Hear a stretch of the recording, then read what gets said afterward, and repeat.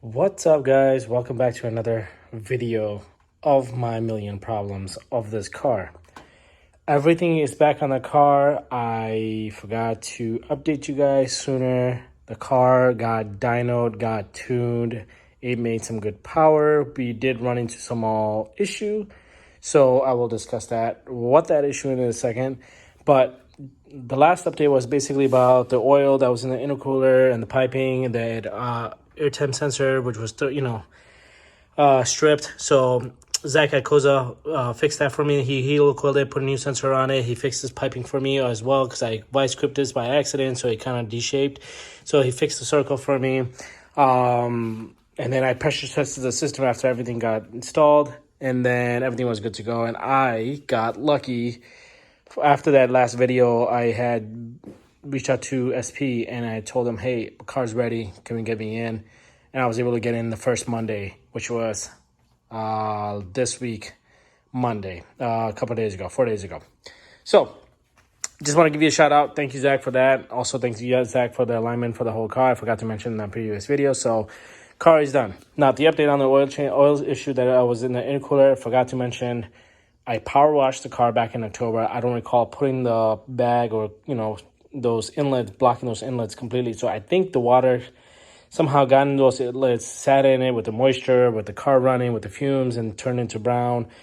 Because, after everything was installed, I took it for a drive for about 5 miles. Nothing came out of the blow-off. I know the system was good because when I originally had the alignment done, when I brought the car back home, there was a lot of fluid. And I drove like about 5-6 miles from the shop to the house. And there was a lot of fluid over here. But now there wasn't. So I drove 5 miles after everything got installed. Everything got clean. Nothing came out of blow off. I took a chance. I was like, let's go. I know that the turbo is good to go. I know there's no issues with the car, turbo leaking, going into the intercooler. So I sent it, got it tuned by SP, nothing came out, so I know everything was good, and that was the reason why there was fluid in the car because of the power wash. So, the car got tuned. I'll show you guys, post that video.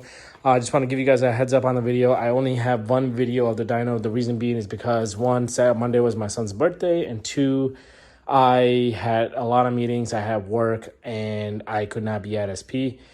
So the car was at SP. I got updates from this SP crew, so shout out to them. Shout out to Larry to getting the car tuned, and thank you, Jen, for obviously getting me the date for to get me in the car to get it tuned.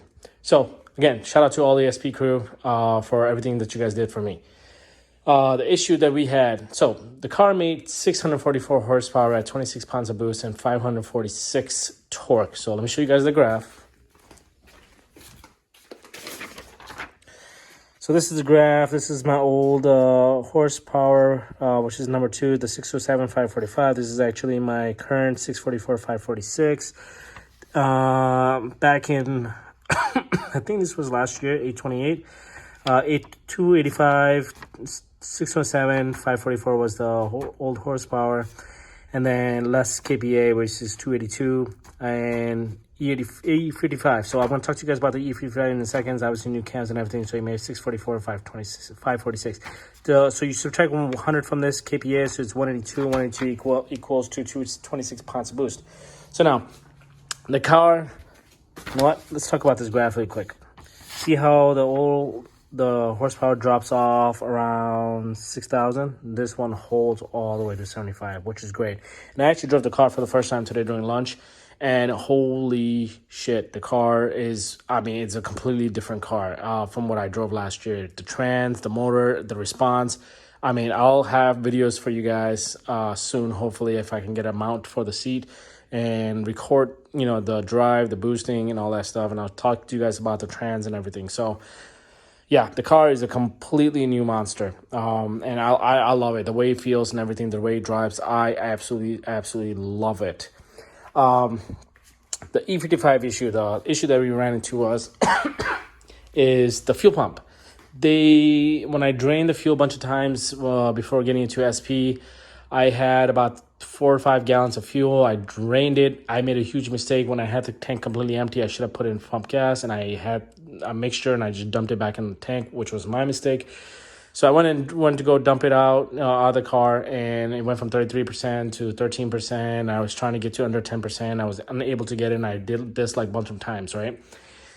When I got to SP, it was around 11%, and it had like 3 gallons, three some change gallon in the tank. And as they drove, they ran into issue with the fuel pressure, and I was going back and forth with messages, and I told them, hey, I don't think there's enough fuel in the tank, so they dumped more fuel, and that fixed the fuel pressure issue. Now, when they took everything out to switch over to E85, it didn't go as high as it should be, which is why it's E55. They want it to be higher.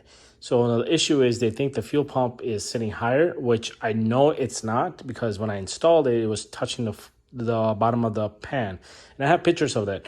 So something's going on with the tank where there is some little bit of pump gas residue still left in there, and that mixed it and made it E55.